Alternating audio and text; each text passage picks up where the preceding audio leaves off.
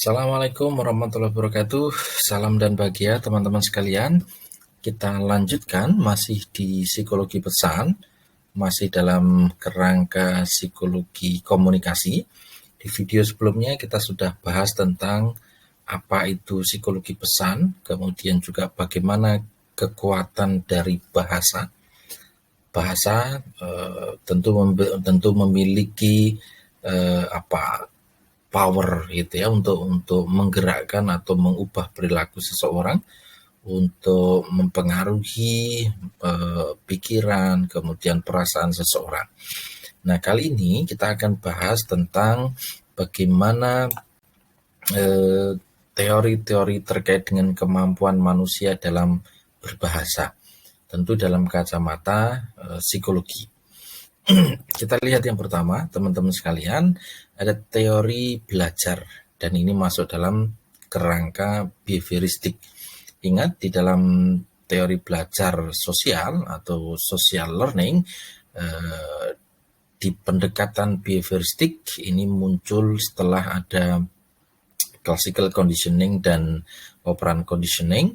Kemudian Bandura merumuskan satu langkah lagi bahwa sesungguhnya manusia bukan hanya mekanis, tetapi manusia juga bisa belajar dari lingkungan. Manusia bisa melakukan imitasi atau mencontoh. Maka di dalam teori belajar atau behavioristik Bandura, dia mengatakan bahwa sesungguhnya gambaran atau teori berkenaan dengan kemampuan berbahasa itu anak-anak memperoleh pengetahuan bahasa itu melalui beberapa proses. Ini kalau kita lihat dari pendekatan teori belajar. Yang pertama ada proses yang disebut sebagai asosiasi. Artinya lazimnya bunyi dengan objek tertentu, melazimkan bunyi dengan objek tertentu. Kalau Anda cermati anak-anak Anda atau adik-adik Anda misalnya, pasti akan memulai dengan model asosiasi, gitu ya, dengan melazimkan objek-objek tertentu. Yang kedua itu dengan model imitasi atau menirukan pengucapan dan struktur kalimat yang didengarkan.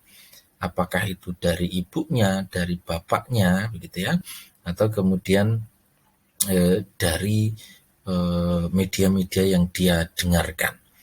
Anda lihat misalnya di televisi-televisi itu beberapa waktu yang lalu, misalnya kenapa Mars Perindo itu begitu dihafal oleh anak-anak, ya karena sering didengarkan, maka anak-anak kemudian melafalnya. Di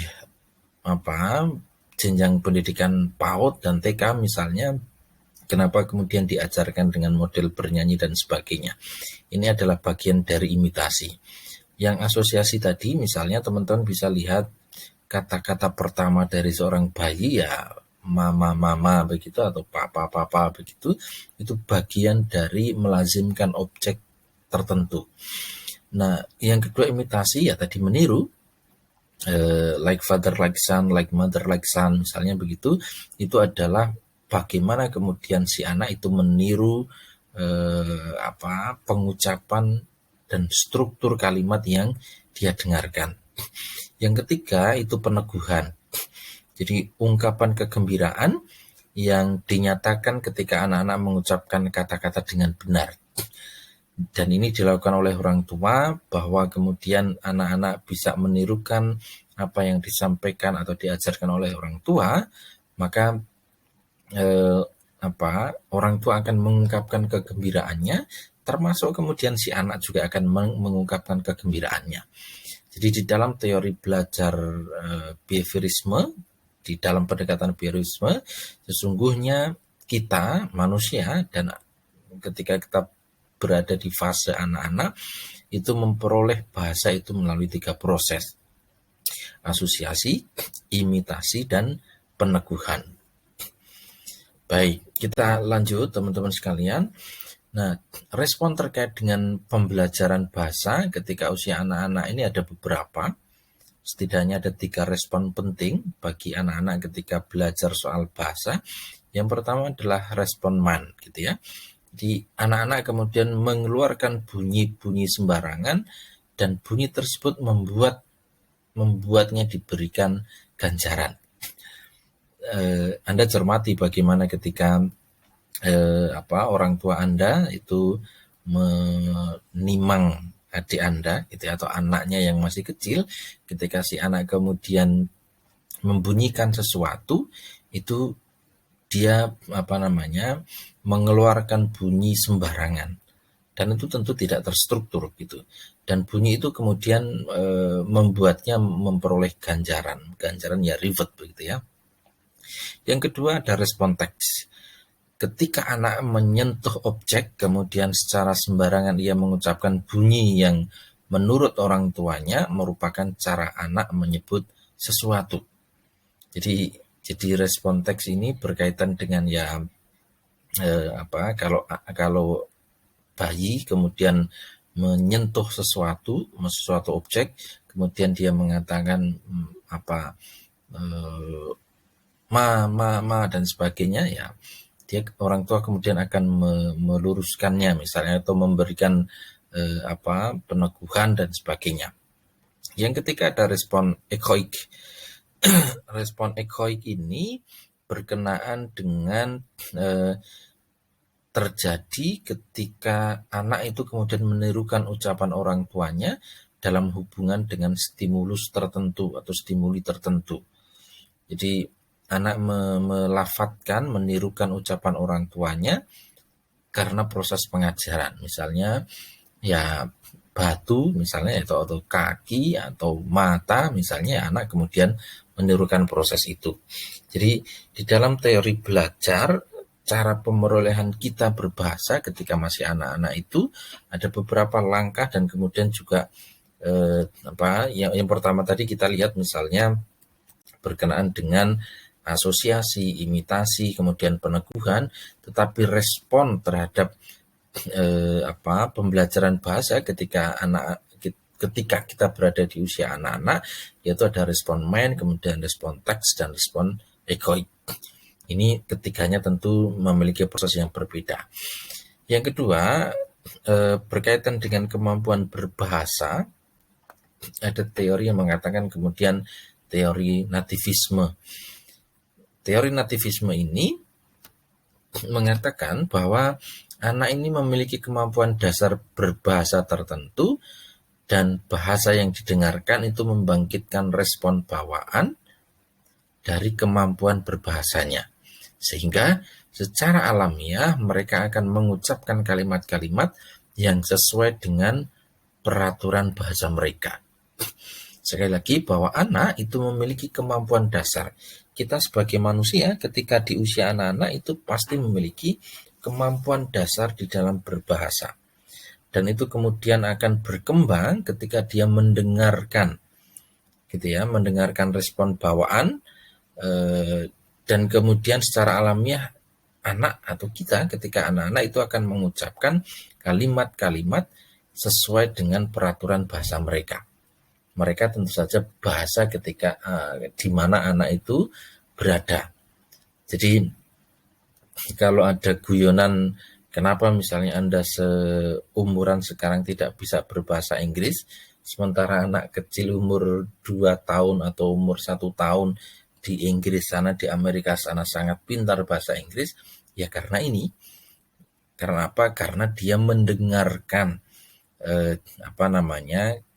kalimat-kalimat begitu ya, mendengarkan kalimat-kalimat atau bahasa-bahasa yang diucapkan oleh orang-orang di sekitar mereka, dan kemudian mereka mengucapkan itu sesuai dengan kaidah bahasa mereka. Itu bagaimana kemudian teori nativisme mengatakan kemampuan bahasa pada anak itu kemudian dipengaruhi oleh kemampuan dasarnya dan bahasa yang dia dengarkan, yang kemudian membangkitkan respon bawaan. Jadi kalau Anda di Inggris begitu ya, Anda tinggal di Inggris, tetapi bahasa yang Anda gunakan ke anak-anak itu bahasa Indonesia, ya kemampuan bahasa Indonesianya yang akan terasa, bukan bahasa Inggrisnya. Kalau Anda memiliki anak kemudian dalam percakapan sehari-hari Anda berbincang dengan anak menggunakan bahasa Inggris, ya kemungkinan kemampuan berbahasanya menurut teori nativisme, ya anak akan pandai dalam bahasa Inggris. Itu teori nativisme mengatakan demikian. Itu dua hal penting berkaitan dengan kemampuan bahasa. Jadi ada teori belajar atau social learning gitu ya, teori belajar sosial. Yang kedua adalah teori nativisme. Lalu bagaimana kemudian kaitan antara bahasa dan berpikir? Ini bahasa dengan proses kognitif. Yang ketiga kemudian teori prinsipal linguistic relativity. Ini mengatakan bahwa pandangan kita tentang dunia itu dibentuk oleh bahasa. Teori yang ketiga selain nativisme, yang ketiga adalah teori prinsip linguistic relativity. Dia mengatakan bahwa pandangan kita tentang dunia itu dibentuk oleh bahasa. Bahasa itu yang membentuk kita hari ini. Kenapa kemudian dikatakan cerdas, kenapa dikatakan cantik, kenapa dikatakan pandai dan seterusnya, itu karena proses pelabelan yang ditentukan melalui bahasa. Kenapa si A lebih jago dari si B, si C lebih cantik dari si D misalnya, itu proses perbandingan yang diwujudkan oleh bahasa. Dan tentu saja kemudian bahasa itu yang menjadi berpengaruh terhadap cara kita memberi pandangan terhadap dunia. Kenapa? Karena bahasa berbeda, pandangan kita tentang dunia juga akan berbeda pula.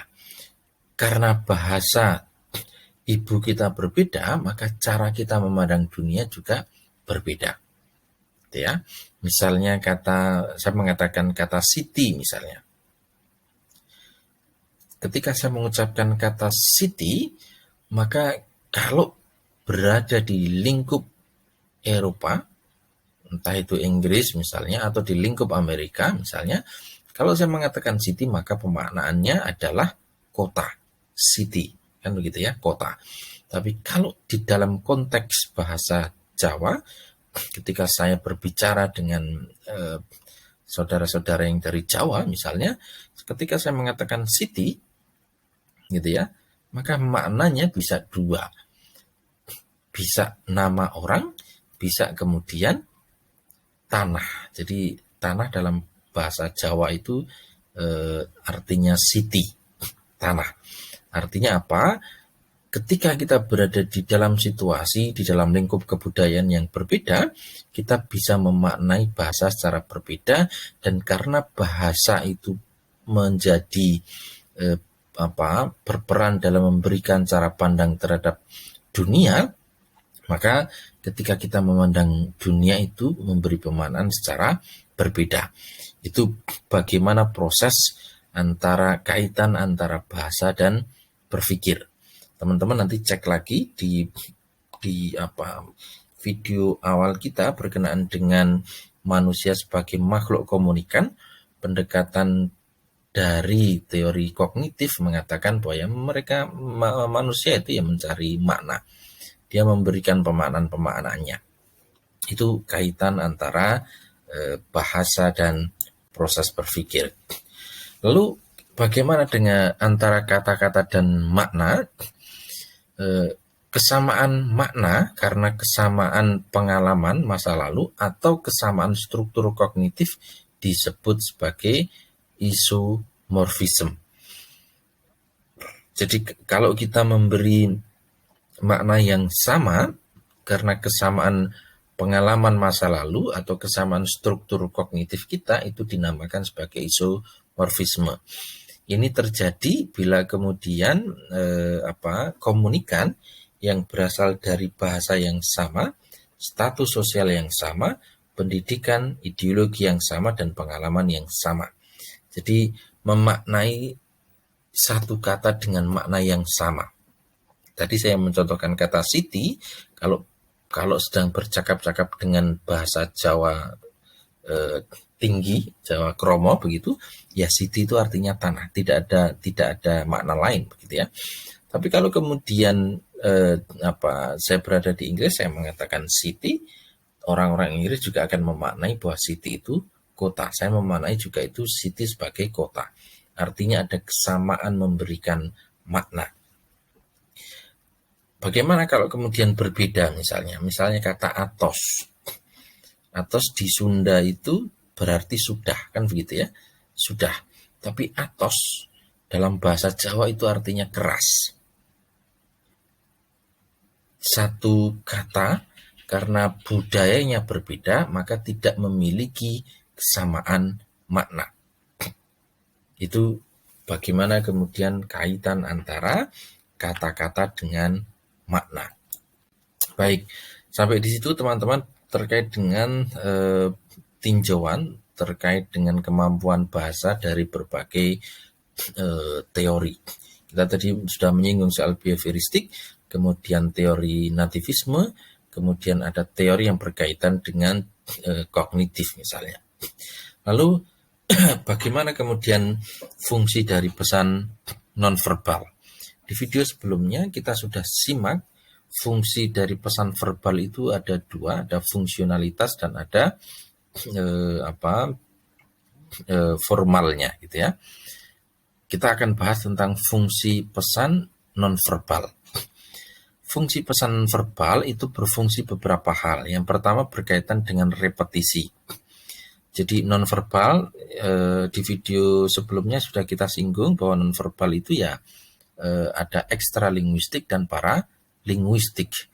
Ada cara penekanan paralinguistik itu berkaitan dengan nada bicara, intonasi. Kalau ekstralinguistik itu berkaitan dengan gestur, mimik wajah, bahasa tubuh dan seterusnya.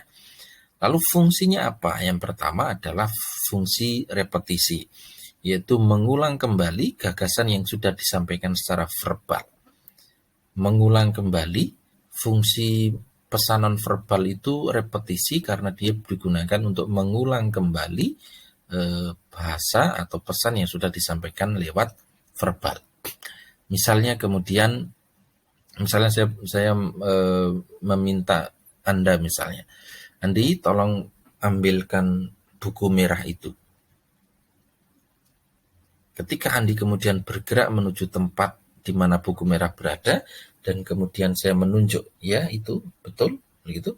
Itu adalah fungsi repetisi misalnya. Yang kedua adalah fungsi substitusi, fungsi pengganti. Ini menggantikan lambang-lambang verbal.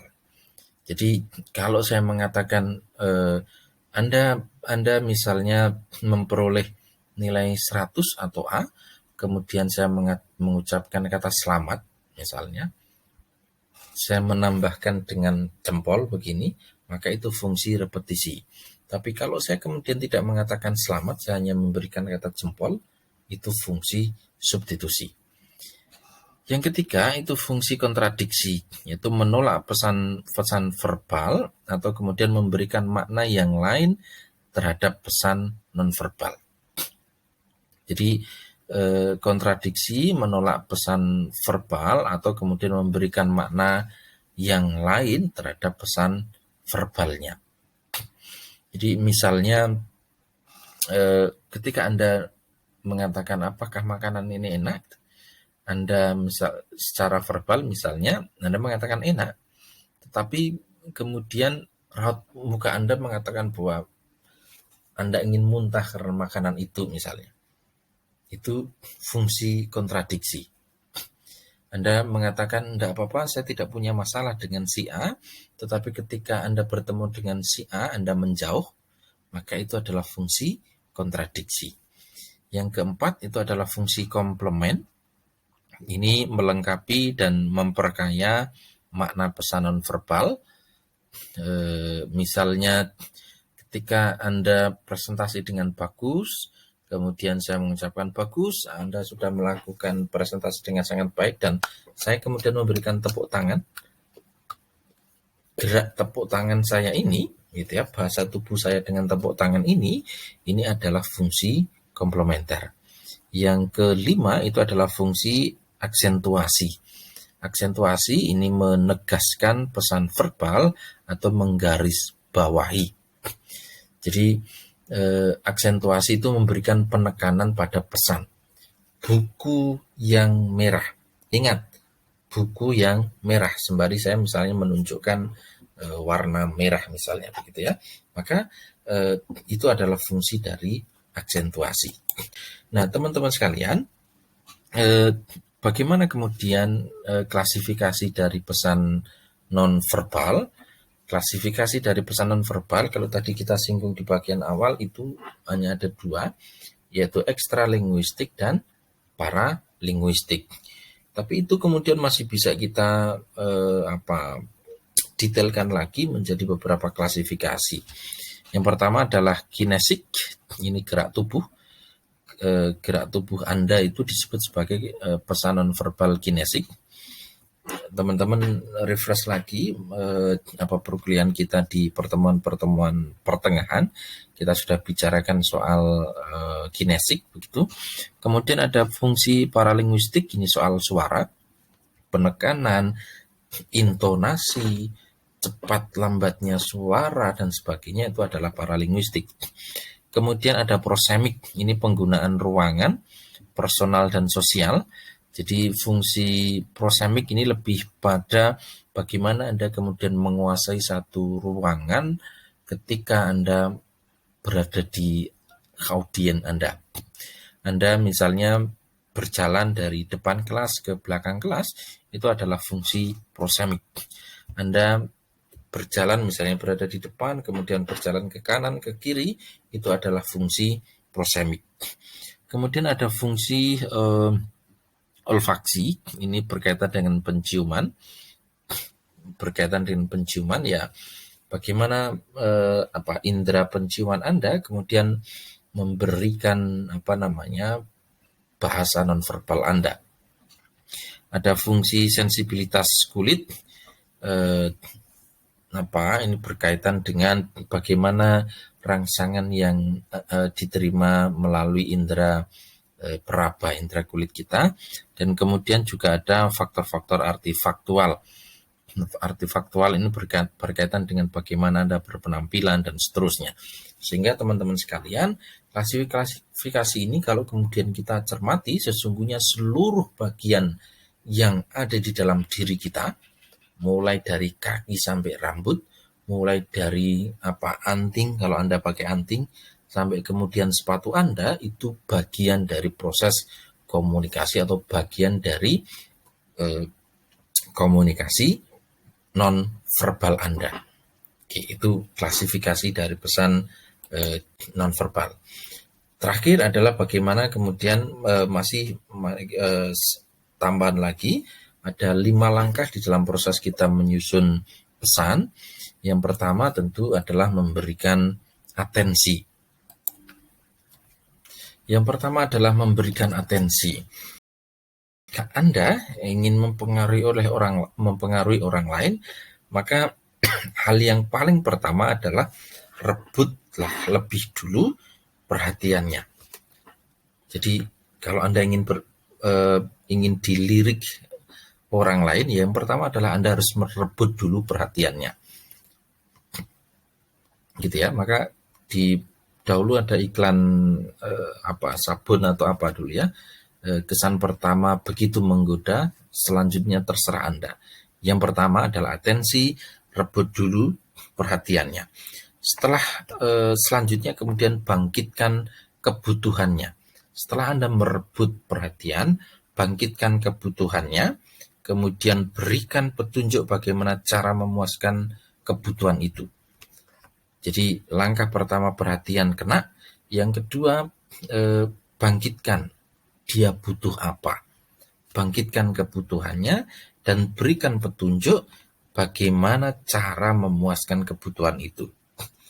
Gitu ya. Kemudian kira-kira kemudian gambarkan di dalam pikirannya keuntungan dan kerugian apa yang akan diperoleh jika ia menerapkan atau tidak menerapkan gagasannya, atau jika ia menerapkan atau tidak menerapkan apa yang Anda sampaikan misalnya.